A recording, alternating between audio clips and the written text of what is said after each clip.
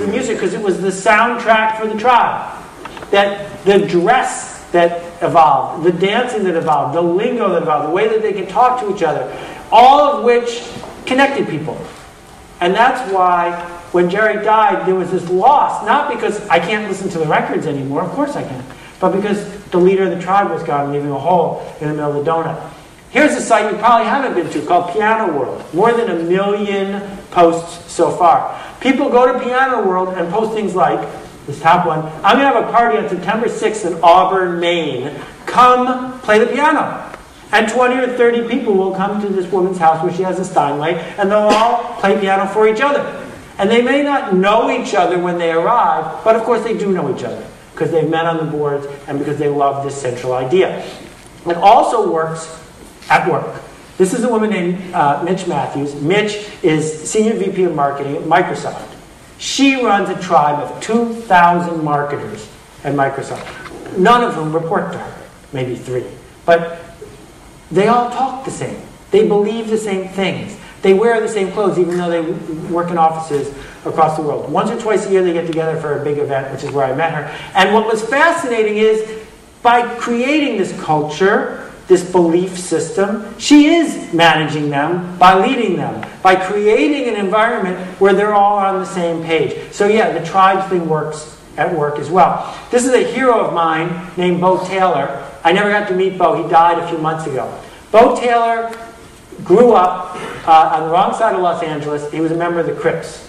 And he spent his entire young life, before he was 25, fighting against the Bloods to the death. That is a really profound, clear tribe, and with all of the things that go with that. And after the riots in LA, he realized what was happening and devoted the rest of his life to trying to get the two tribes to work together, to do something other than be committed to destroying each other. This is a friend of mine, Megan Casey. She runs the tribe at Squidoo. Now I have to use the word runs really carefully because you don't get to tell people in the tribe what to do. But you can lead them. You can give them a platform. You can elevate the people who are making the biggest differences and help them have more influence on the others. And that's what she does all day. There are almost no organizations I know of that have people who do that all day. But once you commit an organization to it, or the leader of an organization to it, it changes what you do all day. How many of you know who Gary Vee is? Right? Look at this. Here's a guy with no media connections, starting with no investment, who now has millions of people around the world who listen to him and follow him when he wants to talk about what he's passionate about. And that what he's getting really good at is connecting you to each other so that he actually has to spend less time doing it and more value is created. If we look at the nonprofit world, we've got Kiva versus United Way.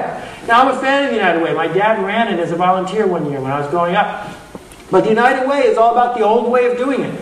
Top down, payroll deduction. We'll go to big corporations and we'll interrupt you once a year to get you to pay us. Kiva said, wait, that's not the way it's going to work in the future.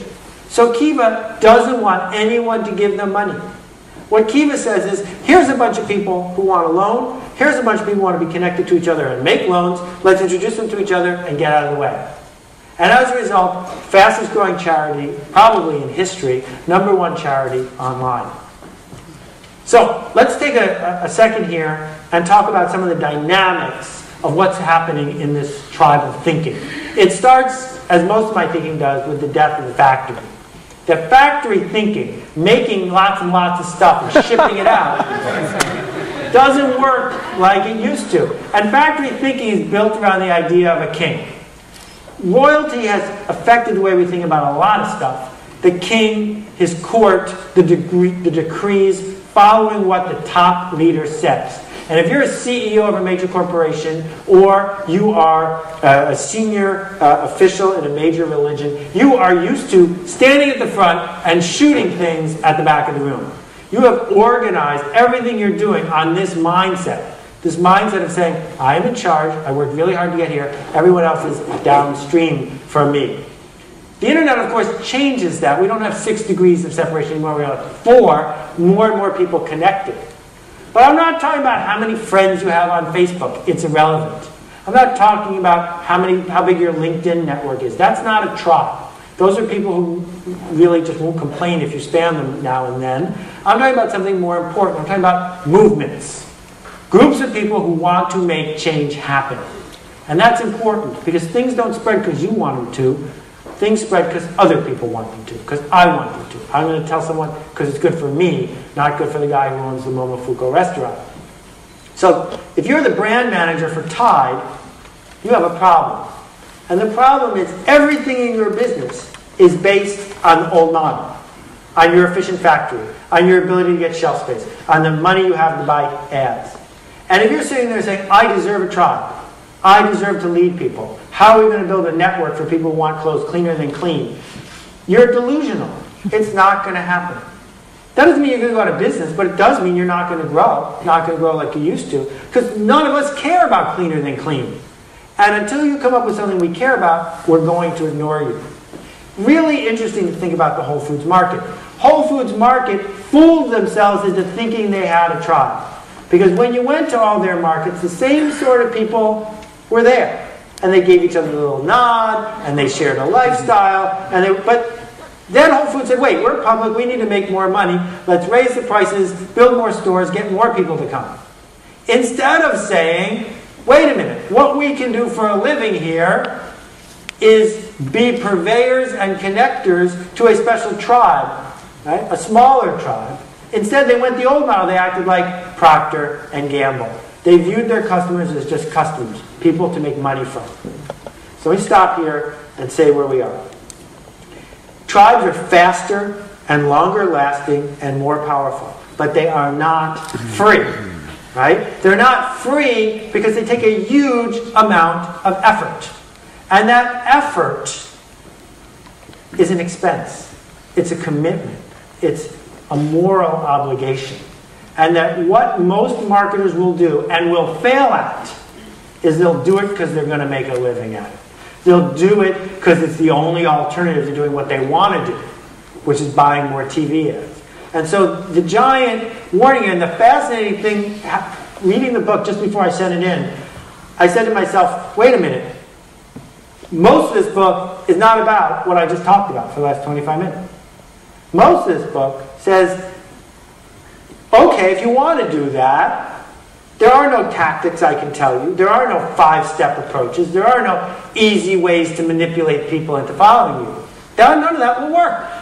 And rather than pretending it will work and doing what a lot of people would have really liked, which is do these 7 things, check off these 6 boxes, and say these 7 incantations, I called the marketer's bluff. And I said, you can't do it that way.